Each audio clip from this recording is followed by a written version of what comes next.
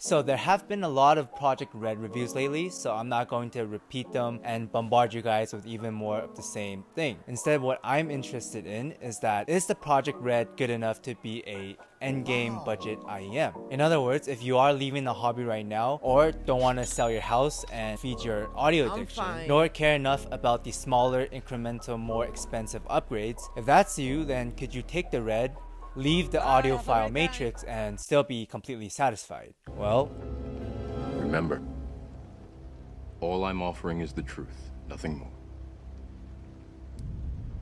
yes, I do believe so. These glasses are fire. So instead of trying to recommend or trash on IEMs today, I'm going to try to red pill some of you guys and convince you to stop here. But to the veteran audiophiles out there, it's too late for us. We're already in too deep. There's no hope. Nope. For the newcomers though, if you are still deciding and haven't fully committed yourself into jumping into this rabbit hole, then this is your last chance and your final warning to get out before you fall into the everlasting darkness that is the audiophile rabbit hole. Now, I'm not saying the Red is better than more expensive sets like the Performer 8, the SA6, or the Monarch, but I'm willing to bet and argue that you won't notice these differences under many circumstances. I say this because I have a lot of friends who are recently dipping their toes into the audiophile waters, and when I ask them what they're planning to use their IEM for, it's usually along the lines of, oh, I want to use it while gaming, while studying, and under those circumstances, I think the Red is excellent and it's probably all you need. Because even to an quote-unquote experienced audio addict like myself, it's very hard for me to tell the difference between the Red, the Ultra, and the Performer 8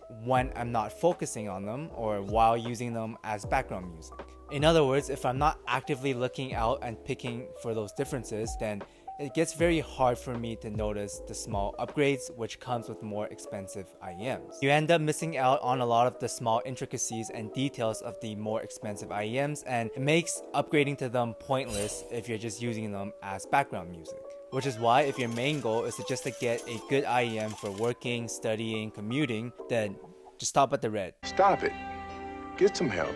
Because you're not going to notice much of a difference unless you're really focusing on the music and the small details. It also doesn't help that the Red's tuning sounds very similar to the P8 and other more expensive IEMs. I think we have gotten to a point where a budget IEM is good enough for an endgame for newcomers. Unless you're trying to become a hardcore audiophile, then this is perfectly fine. To give you guys a brief rundown of what the Red sounds like, it's very neutral, balanced, and very harmonious or boring if you like, but I think a lot of people will really enjoy this. Not love, but you can't really pick out any major flaws with it, and the versatility that it has with the bass plug makes it even a better value. Vocals are clean, open, non-congested, very Quarks DSP like, and obviously it's not the best vocals I ever heard, but again, no major flaws, nothing wrong with it. Vocals are not too forward, they're not too recessed, they sit right in the middle.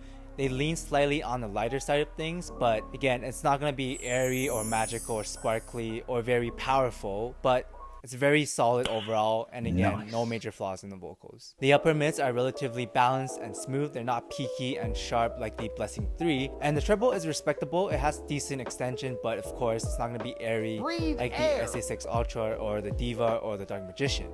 The Red's bass with the plug is also very punchy, very cleanly separated away from the mids, and overall doesn't bleed. It's not going to be as impactful and heavy as the Quartet, but again, nothing wrong with it. And you can also change the amount of bass you get depending on the plug, so again, very versatile. ABing it with the Hexa does have better separation and overall sounds a little bit cleaner, but again, if you're using this to game, to study, or to work, then you're not going to notice the difference, especially given how close these two are tuned together.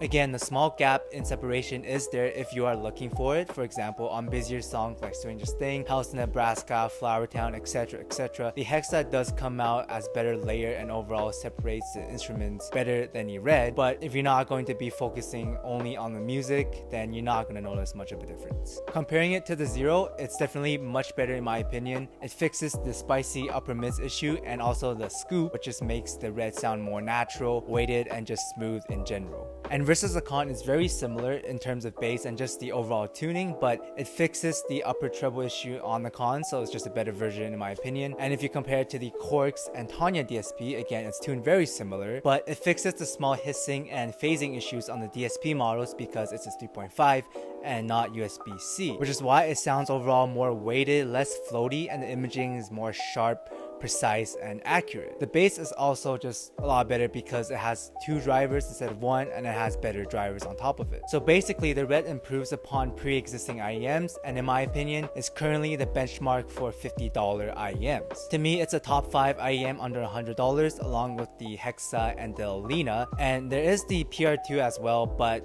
because of the whole KZ shenanigan with them altering the tuning and making the treble just like shoot up to the moon, I can no longer recommend the PR2, and I would recommend the red over the PR2. But the PR2 does have better technicalities or separation than the red. Problem is, the treble is just way too much. So unless you're willing to mod it, so with a 500 mesh filter, then I would not recommend getting the PR2. So with all that being said, the real question is, are you, yes, you watching, are you willing to take the red pill and escape the audiophile matrix, or are you okay with things as they are? If you decided on the blue one, then go check out this Diva video, but good luck, Neo.